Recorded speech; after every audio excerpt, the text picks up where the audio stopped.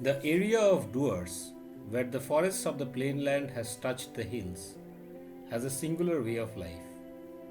One side of which is filled with tea gardens and bungalows dating to the colonial days, tribal population and stretches of forests and wildlife, with leopards and poisonous snakes being common, and the other side of modernity, where mobile networks, roads, and tourism have made inroads. The Dooars might have gained popularity, but the touch points where the hills have touched the plains is one yet to be explored.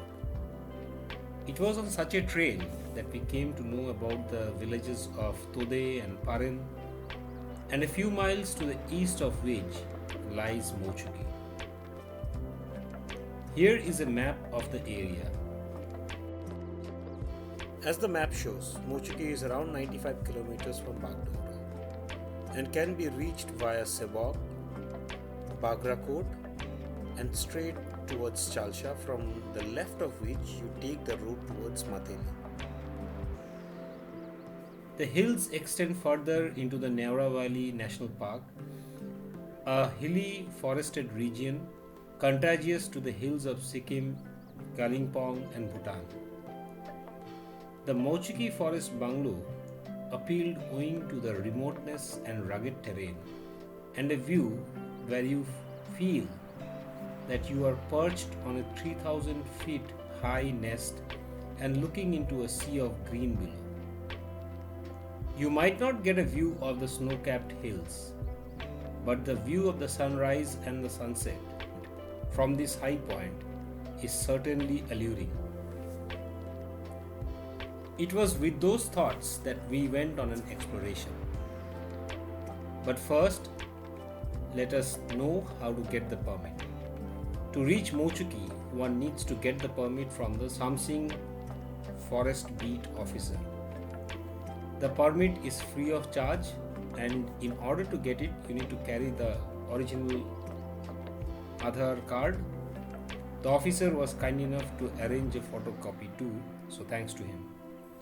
The original copy of the permit was kept by the beat officer, and he asked us to take a photo of it because of the taxi syndicate who will stop you at the start of the forest trail in case you are not carrying one. I was privy to this information because a friend had visited this place a few months back.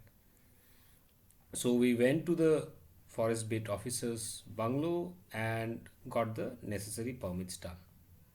Now coming to the route, after crossing the beat officer's bungalow, take the road which climbs past the Samsung Forest Rest House. This is a particularly forested stretch, and one can hear the sounds of birds, insects as you drive through this section. My recommendation is to let the windows down and enjoy the forest sounds. There were patches where sun rays had filtered through the forest and created patches of light. As we continued to climb, we met a group walking to the villages deeper in the hills. Maps don't work here, and neither does mobile networks.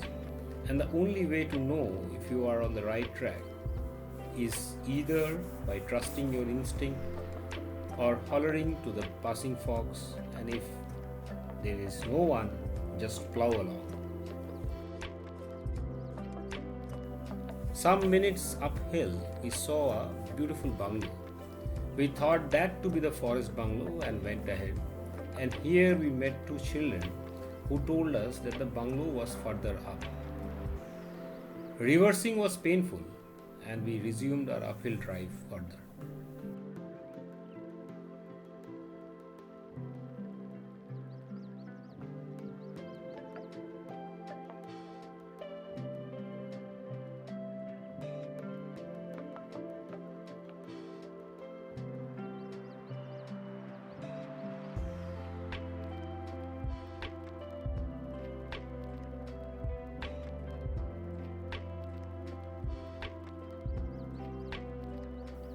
Verdant forests made their presence felt as we drove deeper into the hillside. Dead leaves had fallen on the ground and which cracked under the load of tires and human feet. Surprisingly, when we got down a few times, the silence always was deafening. During monsoon, these forests turn into the greenest of hues. Certain sections get muddy and 4x4 application becomes mandatory. Monsoons also bring in the problem of leeches. Winter, which is a personal favorite, remains the best time to visit these low-lying hills.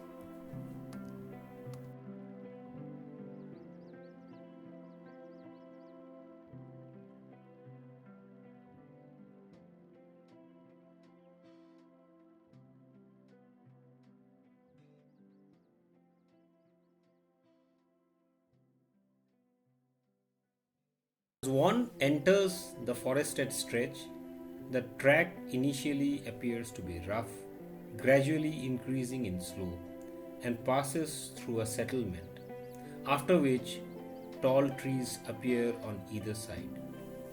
The sound of the tires crushing the gravels beneath caught the ears in the absence of any other noise apart from birds and insects chirping. We rolled down the windows a little more to let in the cold mountain air.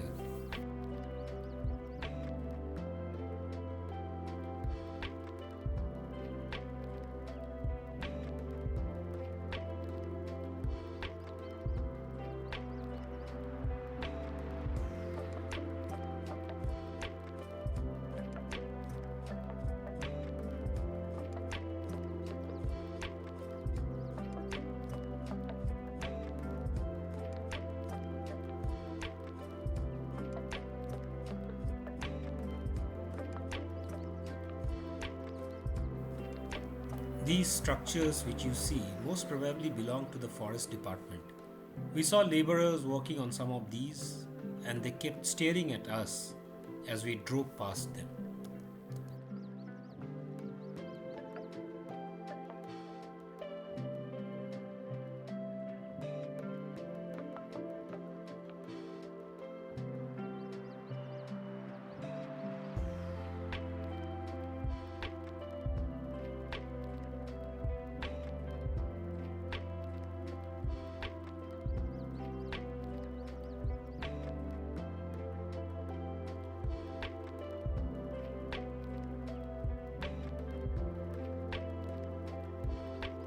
At a point, we crossed another barricade, and here we asked a village folk, returning with firewood, and he indicated that the bungalow was the one which we had crossed previously.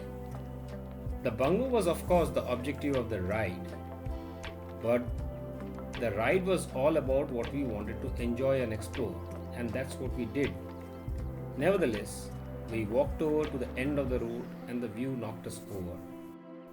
The forests of Dooars were in front of us, 3,000 feet below. A film of cloud had settled in the distance. The sun was still shining, but it felt that the cold winds will and cast a yellowish glow. There was complete silence. There have been many instances of tiger sightings in the upper reaches of the Neora Valley National Park, and this silence with barely anyone around, I thought that we had really come off a beaten track in the Dooars.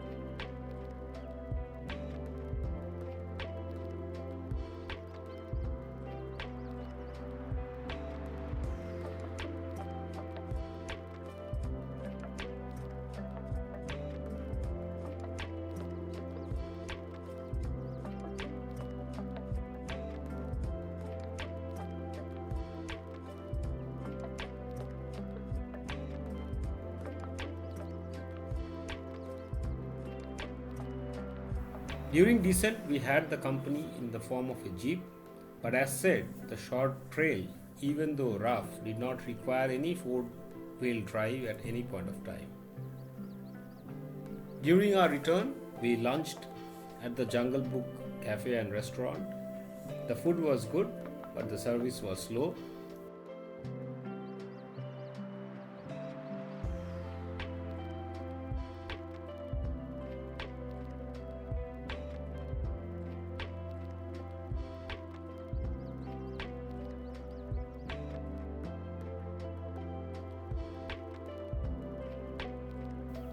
We returned to our hotel in the darkness, and that completed a long day.